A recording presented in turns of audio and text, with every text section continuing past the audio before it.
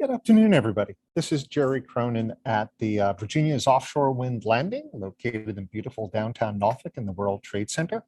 And welcome to the third in our innovation series, which is our monthly series on different topics related to innovation that we hold out of this center. We do these as hybrid events.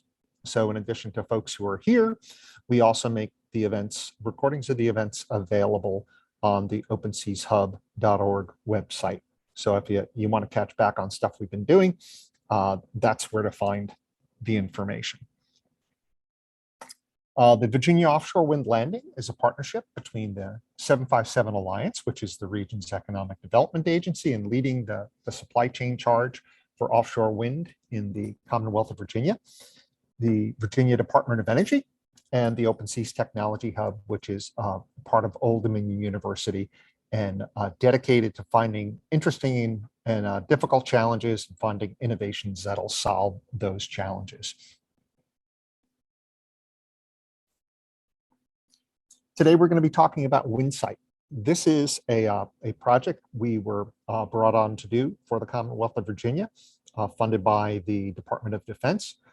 And we did this in conjunction with some academic partners, including the fine professors over at Old Dominion University on the academic side, and the College of William and Mary and James Madison University.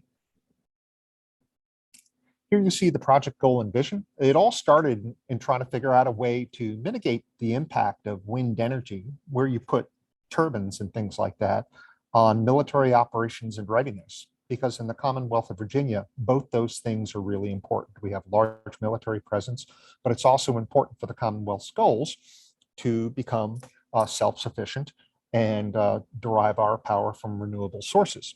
So we wanted to go and try to build a solution that would solve some of the issues that were coming up with people not being kept in the loop, projects having delays and stalls on them because a new stakeholder comes in and there's issues to deal with. So at the bottom, you see what we put together, processes, supporting tools, and training. And Dan Richards will be giving a demonstration of the tool and cover these topics far better than I can in the short time I have for the intro. Scope of the solution you see right here. Basically process driven. So instead of taking the data first approach, we took a process first approach, and you see the different things we're putting into this solution.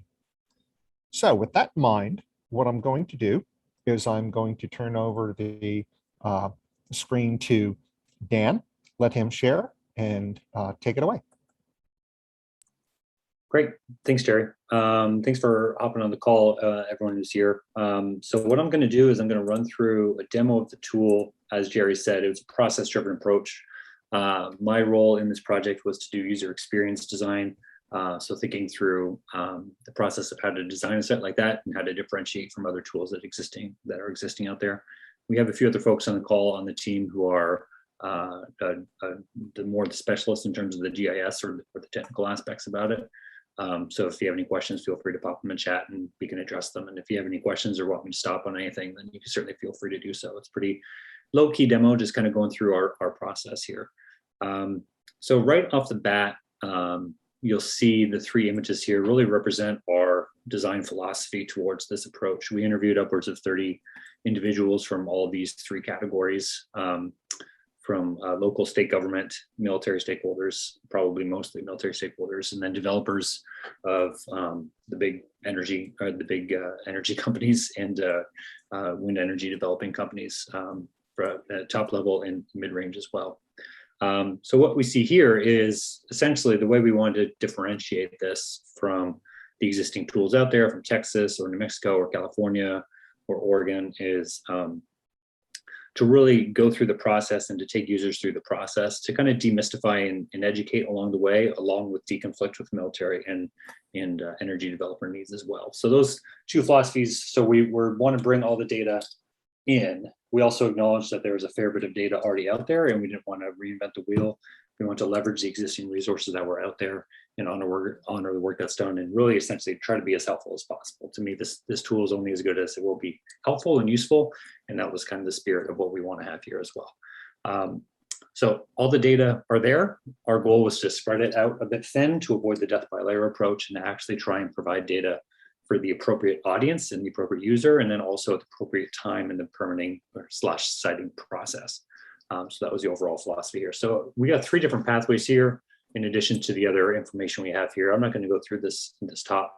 Just do know that we do have a user guide through it. We have a data catalog that is essentially a repository of all the data we have here in case you want to enter in that way, information about our sponsors, resources, etc., and also some news and updates about any wind energy policy and technology relevant to the Commonwealth of Virginia and to the United States more broadly.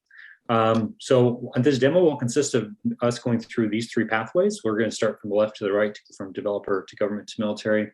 And we'll see that the developer one is actually probably 90% of the work here for reasons you might understand in terms of wanting to provide data and go through the process. And then we'll go through the government and the military, which are just kind of one map deep. So, and no one is restricted to these, right? This is an open tool, so anyone can click on any one of these and see what's going on. It's not a purpose to kind of hide or silo, but essentially try to provide the data that from the interviews that we had and that we coded through and that we understood. We're trying to understand user needs in terms of what they want. And these sections each respond to the unique user needs that we learned from these 3 categories of individuals. So we call them personas and user experience. We might call it that. You might call it pathways. You might call it sections, well, whatever you want. But this is our approach. So let's hop in. So the developer section here, Jerry noted the process-based aspect to it, and that's correct. So we go through 5 steps, the process based upon the wind energy project type. And I'll get to that in a second. It's important to keep in mind here that we're encompassing both onshore and offshore wind, which we fully realize is very challenging because they are 2 very different permitting processes and 2 very different types of research processes and contractors and firms that you have to work with in areas of the government. So we fully realize that. So we are trying to bring those 2 together. That was part of the mission that we had given to us from the DoD and from the folks at the clearinghouse and from the other sponsors of the grant. So there is complexity there, and we do fully acknowledge that. And that was part of the challenge. And I think we had fun with it. So what we have here before we go into the first 5 steps is essentially step 0, we're calling it, which is a variety of different data that are put together to provide a very top level view of siting in the state broadly, right? So this isn't going to surprise any wind energy developers or provide any necessarily new data, but it might provide some insight in terms of where some hot spots are in terms of the state, where generally folks might go, excuse me, in terms of siting wind energy in the state. So to do so, we wanted to, excuse me again, put together information that we think would be useful for siting. So we have here, let's turn these on. Let's turn the offshore assessment off here. We'll turn the power transmission lines are on. Sorry, got 2 sick kids at home, and I feel like I might be getting what they got. So my apologies for that. So we have the power transition lines here, and we have some wind energy potential here. You can kind of see where some patterns are. We can see where the state, no surprise here in terms of the western part of the state, certainly there in terms of wind energy potential. And then we also, we're going to kind of hint at this. This is one of the cool aspects of the tool that we have. And one of the most positive parts of the feedback that we got was our local ordinance coding. So again, we'll hop into that into the government section, but just a little sneak peek, if you will, in terms of kind of what we have here. So the goal here is that if we can put together just some kind of top level surface, this kind of goes into the educational part, right? This is step 0. This is kind of pre-permitting. This is kind of what's going on in Virginia. Where are some spots that we want to go, right? And so we have the power lines here that have capacity. It tells you whether it's overhead or underground, and you can see at any point, just like with any other tool like this, we have the layer list to communicate what each layer means, and in terms of the power lines as well, we have some information there in terms of if it's overhead, underground, and then also if you click on the specific power lines, you can get the voltage and the capacity involved therein. So we have that, and then we have these our ordinances, which we coded, and we'll show that later in terms of every county was coded in terms of whether or not they had ordinances that were relevant to wind energy. The white ones, which you can see here if you turn this off, don't have an ordinance. then you have the, let's see, the pink is the limited ordinance, and then the more fuchsia color is the existing ordinance. And you can click on each county and see what kind of ordinance it is and link out to the actual language, most likely Municode or another website like that. So again, there's a couple other layers on here that folks might be interested in. Of course, just kind of get top level. We have the bull and wind leases there. Of course, you can see the CVAL project off Virginia Beach down there. We got some MTRs here in terms of military training routes. We got submarine cables here. This kind of goes more in depth as we go along. So in a little bit, this is kind of just some data that we're bringing in. Again, top level, kind of see where we're going to go. And if you can kind of glean some insight here, think, okay, well, there's some strong wind energy here. And then there's some ordinances that are pretty positive. And there's some transmission lines, some power lines that will allow us to hook up our project. Then it might be able to kind of go in there and kind of go to the next phase and really focus in on that. Of course, in our talks with the wind energy developers, they're already steps ahead of that. They have folks who do that kind of data. So again, it's not until kind of later on and kind of as we progress through the tool that the data gets more and more useful on that. So if there's any questions, I don't know, Jared, if you're monitoring questions or if you kind of want to pause, we can certainly do that. But that is step 0. And that's just kind of a little bit of how we want to go. Yeah, Dan, are you going to show the MTRs later on, or you want to click on that layer here? Because that's an interesting one as far as military training routes. Sure, let's do that. Yeah, we could do that here while we're in step 0. Let me turn this other stuff to make it a bit more clean here. The wind energy one is most prevalent here. So let's try military training routes here. You could see at or below 1,500 feet. One of the conversations that we had was about, obviously in Virginia, as with any other state with the military training route, certainly a big part of the siting process. And what the military and what the DoD was very, I guess, intrigued to put out there was specifically these training routes and how, even though there's a training route being going over a certain part of the state, the height of the training route that would be relevant for that is more important. So just because when you look at Virginia, 90% of it's covered with military training routes, it doesn't mean that you can't site wind energy there. So again, in the spirit of trying to deconflict and to see and to promote Virginia as a state that's ready for wind energy, they really want to make it known that yes, there are some military training routes there, but of course, if the turbines are only 600 some odd feet tall, then that won't pose as much a problem as folks think. So trying to kind of negotiate the visual, I guess, strength of the MTRs, kind of flooding the state with the actual what in practice the evaluation process would look like. So I don't know if anyone else on the call or Jerry or Tom want to hop in to talk a bit more about the MTRs and our approach to that. But that was generally the philosophy based upon our conversations with them.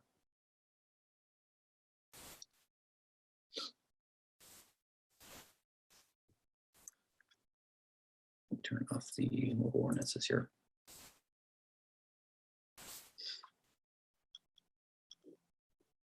Okay.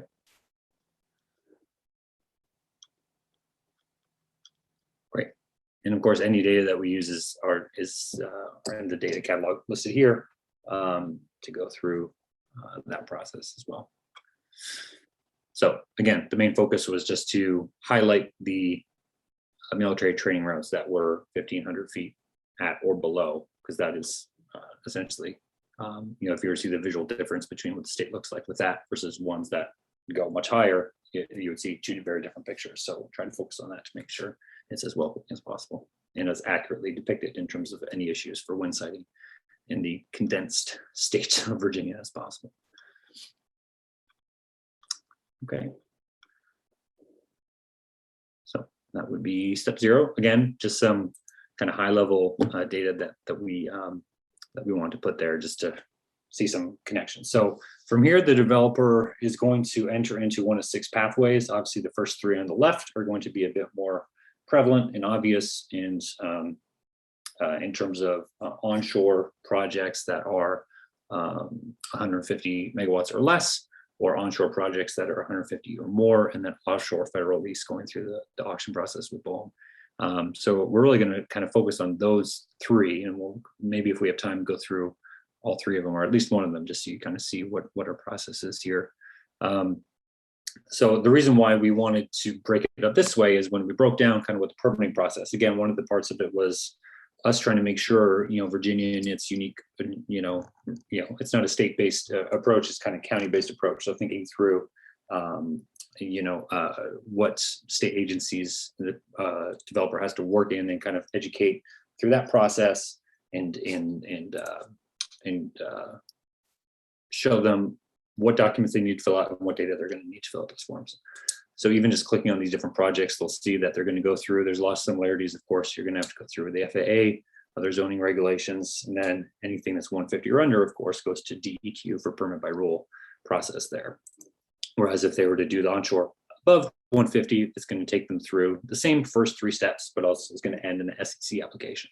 So again, we're kind of getting a bit more narrow, trying to bring them through. And then, of course, when they go through the offshore federal, again, this is really top level, right? The whole process is very, obviously very involved and much more granular than this, but we just want to provide a top level base before they hop in. Here's the general steps about how you're going to go through. So these are the 6 project types that we have based upon the pathways in Virginia.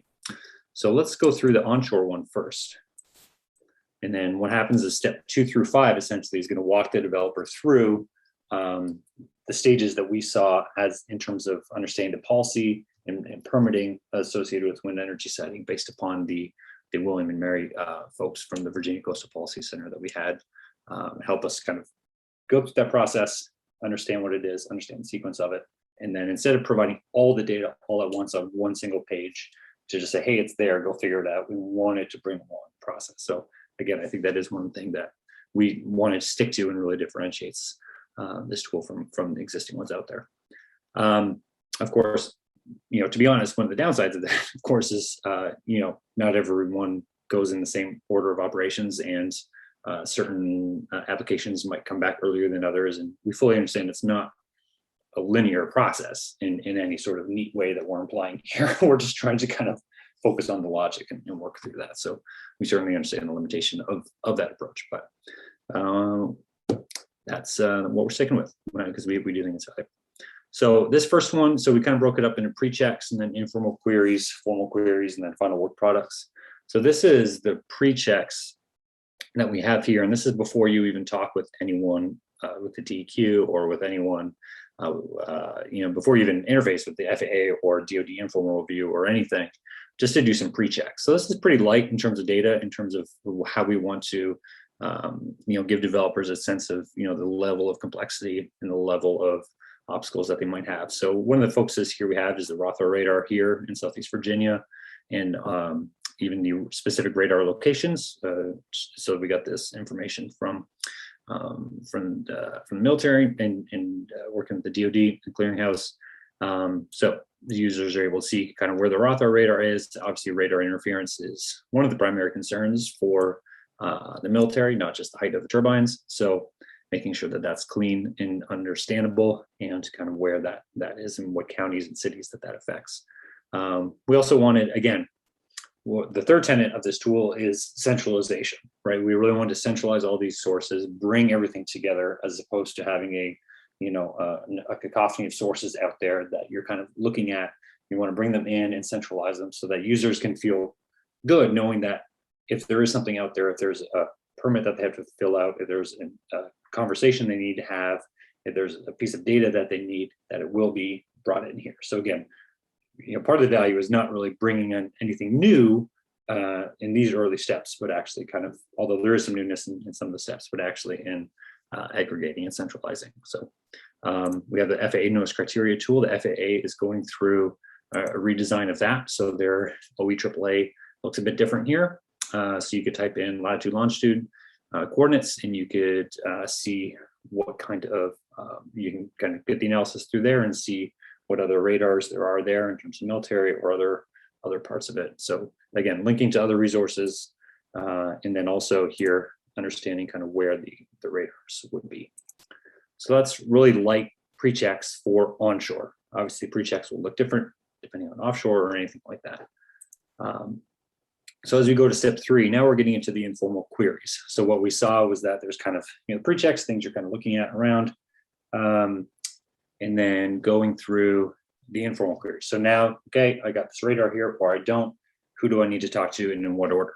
And unsurprisingly, because of our support from the DoD, part of that was ensuring that wind energy developers interface with the DoD informal review process as early as possible.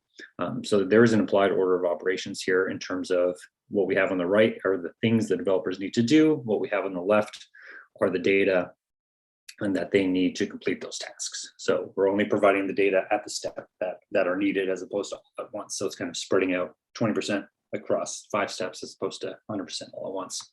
What can be, not a nice clean math analogy, but that's more or less the concept behind it. So going through the DoD informal review process, describing what it is, linking to that source, providing them the data that they need to complete it. Same with Army Corps, pre-application consultation, link to that, and they're going to need to know kind of where their districts are, where their divisions are here, so they can provide that. They get contact information, and that's great. They can interface with them.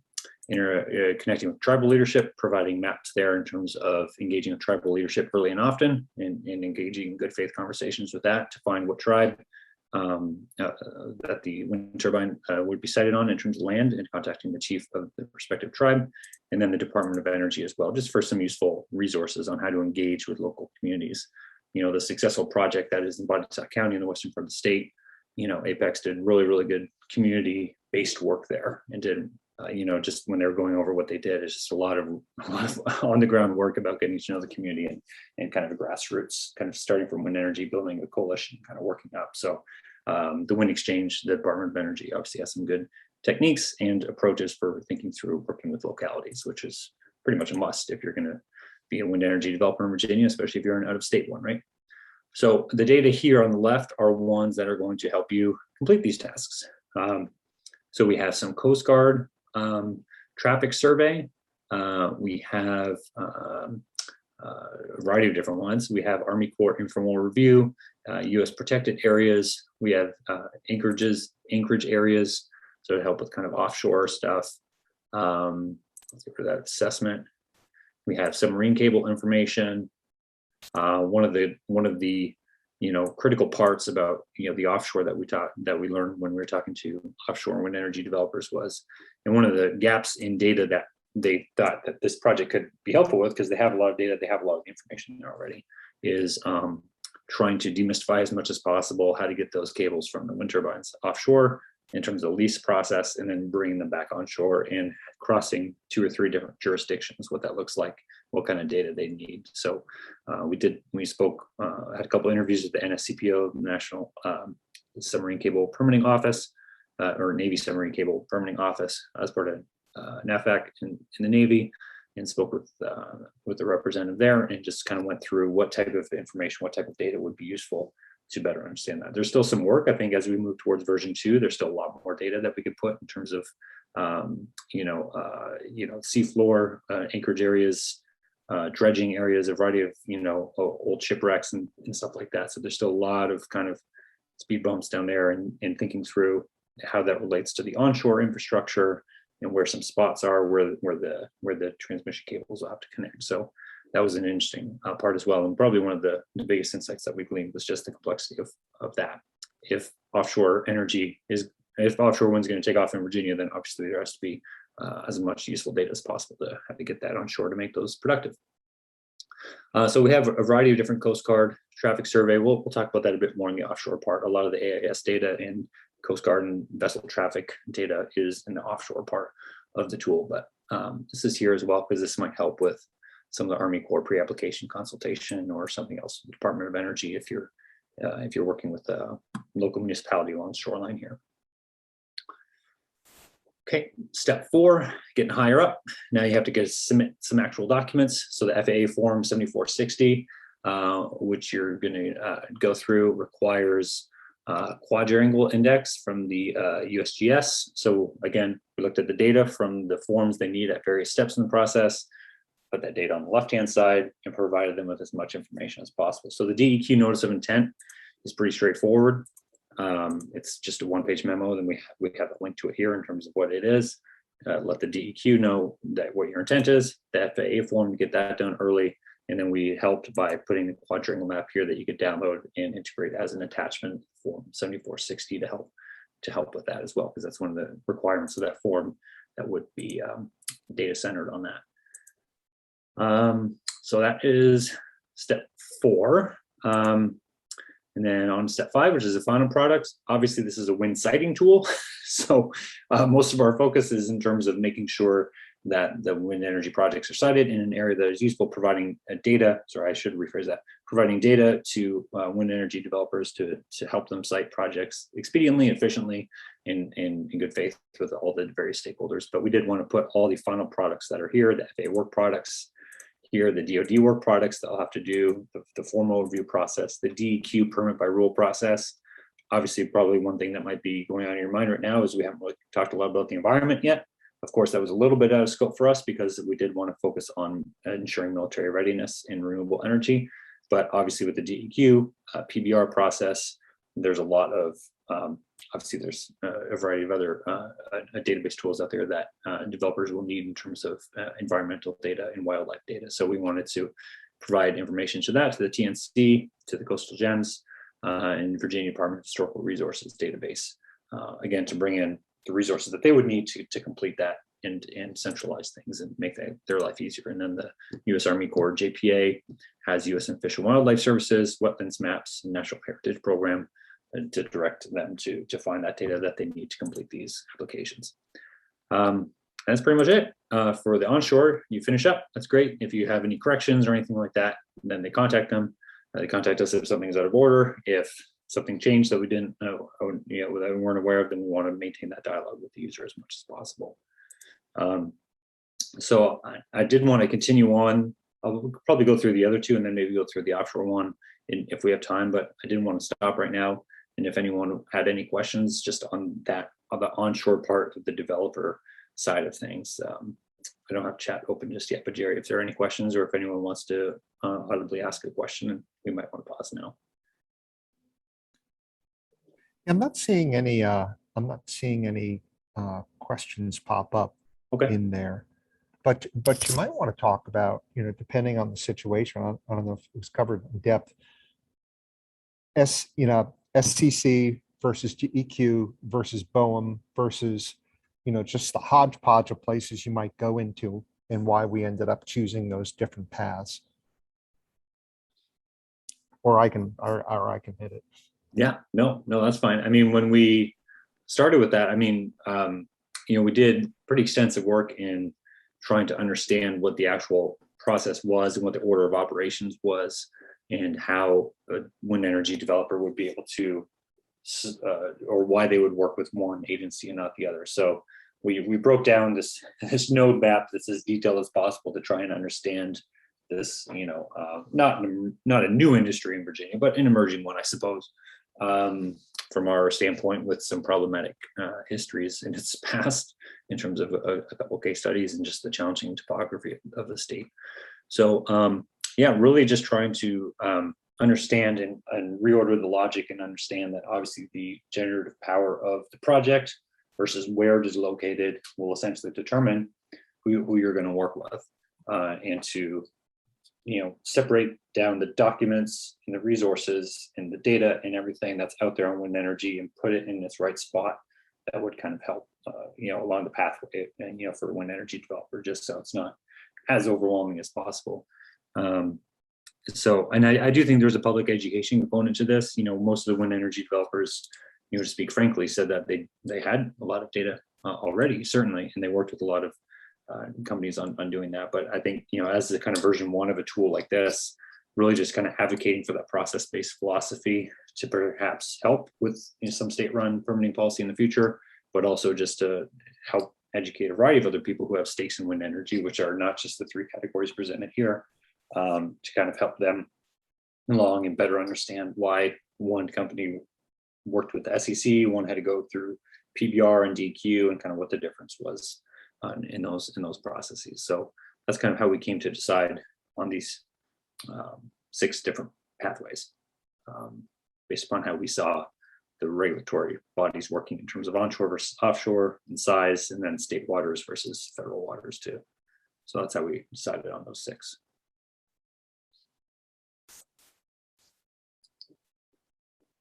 Okay, well, I'm going to hop into these other 2 real quick. Again, they're only 1 page deep. This is less process and procedural based. This is more trying to provide it as useful as a resource as possible. So this one is something that government officials can use for exploring local energy ordinances across Virginia. So what our team did is we gathered all the different ordinances or research ordinances, whether or not they existed, for all counties and municipalities across the state of Virginia. And we put them on the map of Virginia in terms of the political jurisdictions and highlighted what they are here. So you'll see here that we have no ordinance. If a county doesn't have an ordinance or we couldn't find any record of it, then we put none found. Limited means there's special use or it only regulates smaller scale systems such as an Almar here, or an existing ordinance does exist, and such as in body tot over here, utility scale allowed via special exception process. And you can click on the more info button and you're taken to the Unicode website or whatever website they share their bylaws, ordinances, codes, zoning regulations, whatever it is on there. So again, to try and understand, to help people understand, maybe some trends where in Virginia there are ordinances.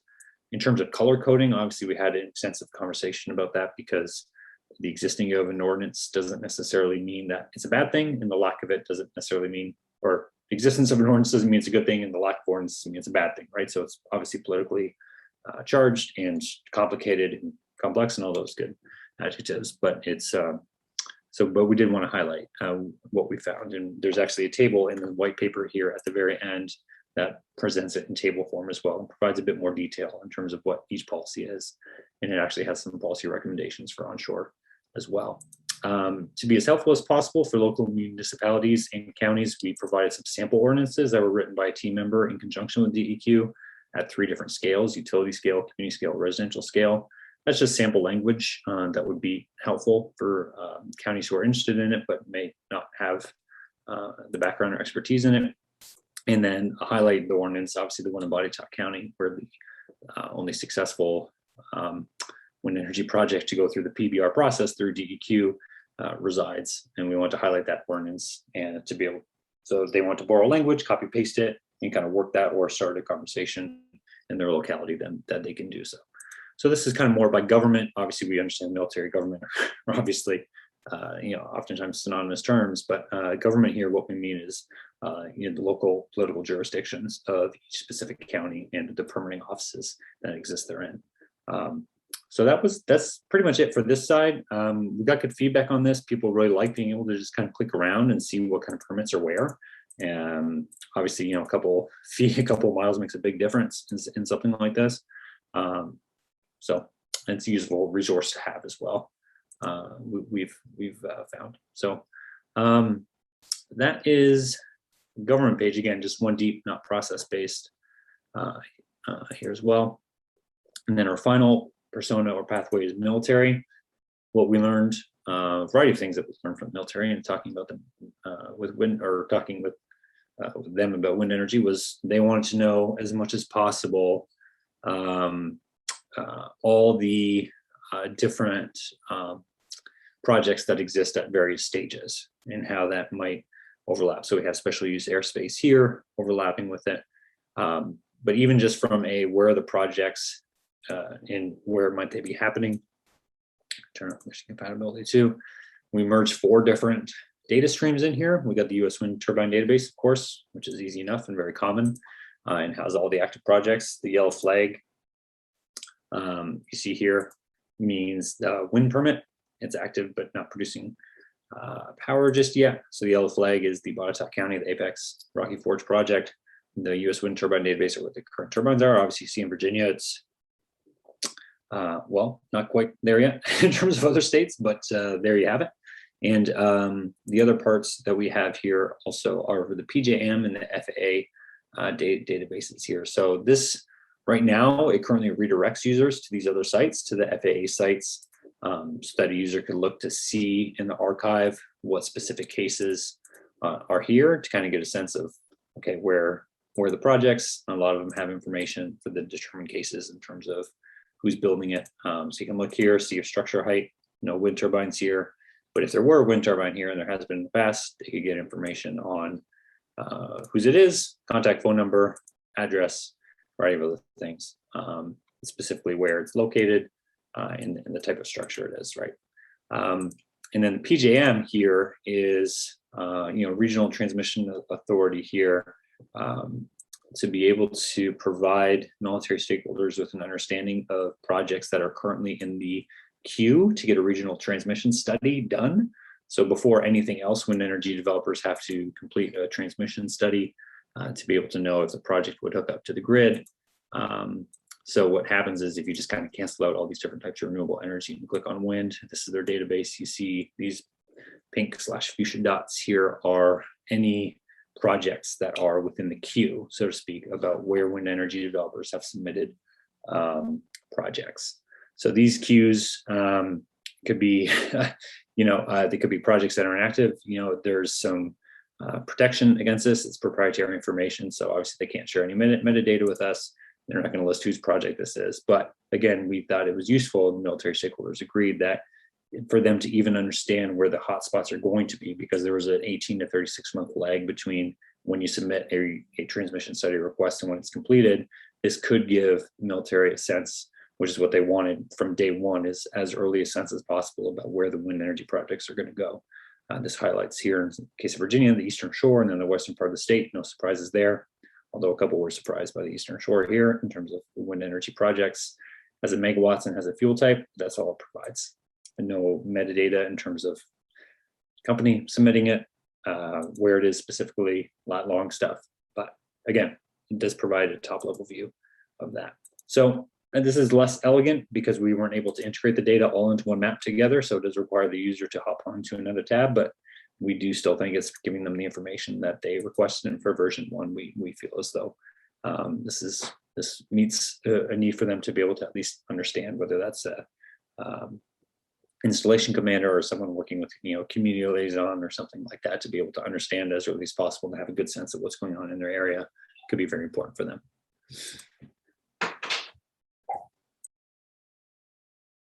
Okay, are there any questions about those two?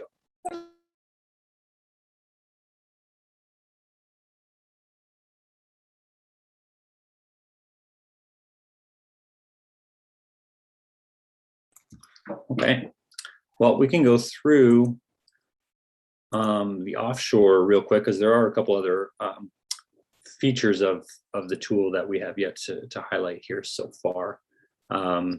So again, it goes through the same logic here. It goes step 0 and then steps 1 through 5, and really that's just kind of the same pattern throughout all 6 different project types here. So there are a couple other features. Let's try to hop on here. So for the offshore, we're going to go through offshore federal lease. Good, you're going to have to complete all these things. So it's very similar in terms of this. There are a couple other features that we added here. We have the coordinate conversion tool that can help in terms of filling out the FAA notice criteria tool. If you recall, having to type in the lat and the long here. This new tool does render that slightly redundant a little bit, because the user could put a point on here and get the lat long stuff. But for other parts, for other GIS tools, it might be useful for them to use this coordinate converter and to highlight and click on a map and get the various outputs here, and they could kind of record it, copy paste it, and save it, and then insert it into a tool like this. Like this, to be able to quickly expedite that process. So we have the coordinate conversion on most pages throughout. We also have the Site Explorer tool, which is most pertinent and most useful on pages with more data layers. So hopping through here, some doesn't have too much. We can go to step 4. And what it does is, with the Site Exploration tool, you can essentially, actually, let me go back just a little bit to most layers. You can highlight a specific section and it'll generate an output for you with relevant layers to specifically what area that you're looking for here. So let's kind of go through here. offshore lease. There we are.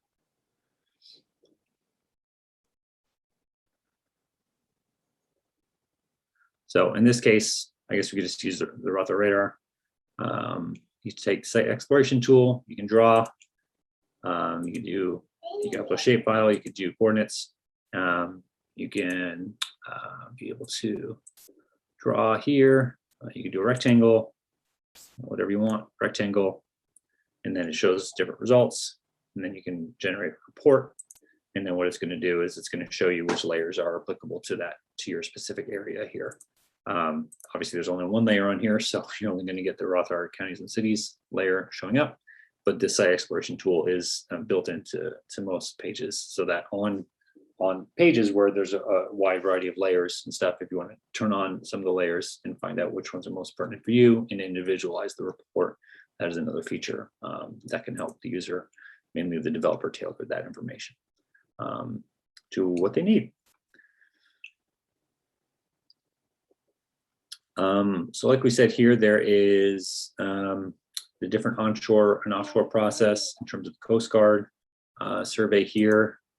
So we can see we put NOAA's raster nautical charts, vessel traffic, AIS shipping data, marine catastrophes vessel traffic, raw data, and you can go through and turn a lot of these on or off depending upon which one that you would find most useful. So that could be something that would be very useful for doing offshore wind and working with the Coast Guard, which would save some headaches for some in the process. So there's different submarine cables, collision regulations, artificial reefs. Pretty much a lot of the Coast Guard data are GIS specialists worked really hard on getting this Coast Guard and AIS data here to be able to best understand the complexity of the waters along coastal Virginia and the complexity involved in siting wind turbines and connecting power lines or transmission cables, I should say, to land in light of all the Coast Guard data. So I did want to highlight that.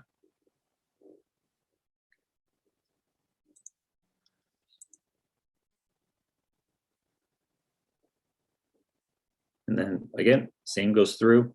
Step 4 for the offshore, going through similar thing. Still going to have to fill out the FAA form. They're going to complete the SEC notice of intent because of having to connect back to land and work with the substations and the power infrastructure on land to work with there. So a lot of it is followed, and then obviously at the end you're going to essentially work with BOEM, and if the wind energy developer gets their lease, then they'll be working with BOEM and meeting with them regularly. So that's most of the tool in terms of the logic of it and in terms of how we approached it. This link is not working just yet, but the data catalog there has all our data. The user guide is there, all the resources about us, any sponsors, just so you kind of know where money's coming from, just to help everyone out.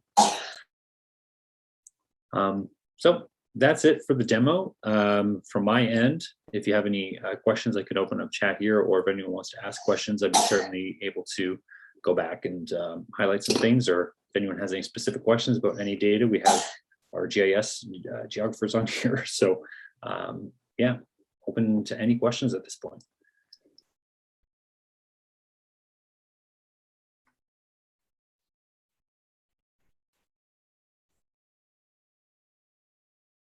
Yeah, thanks, Dan. Great job. Couple of things I'd like to add in from a project standpoint. Again, I'm a former coastie, I'm a former regulator. I ran an environmental engineering company that we really wanted to shoot after what's the process of the regs, because there's a whole bunch of different agencies, and a problem when that occurs, typical problem, is that depending on which agency you go through, you're paying most attention to what they're saying, but you might miss things. So what we're really trying to drive towards here is think of it as completeness.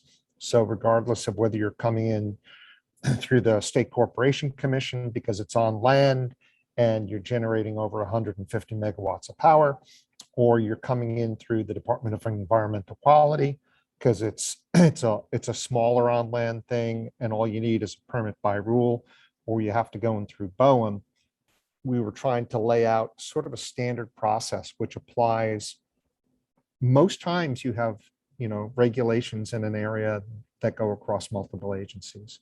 So the goal, long-term goal of this is that it's going to be very easy to add other states. It's going to be relatively easy to add other types of energy, such as solar. Think of anything that requires a permitting process. So that's our goal going forward. The team had a great time going out and doing discovery, that is talking with the various stakeholders. That's where the developer, government, and military persona came up from. It, came from an awful lot of interviews with various people and kind of coalescing them down into sort of 3 centers of gravity. This is our last one of the year. So everybody have a great set of holidays, and 2022 should be one heck of a year for offshore wind for the Commonwealth and everybody out there. So cheers, everybody. Thank you, Dan. Thank you, team. And we shall be seeing you again in 2022. Pay attention to the announcements. Bye.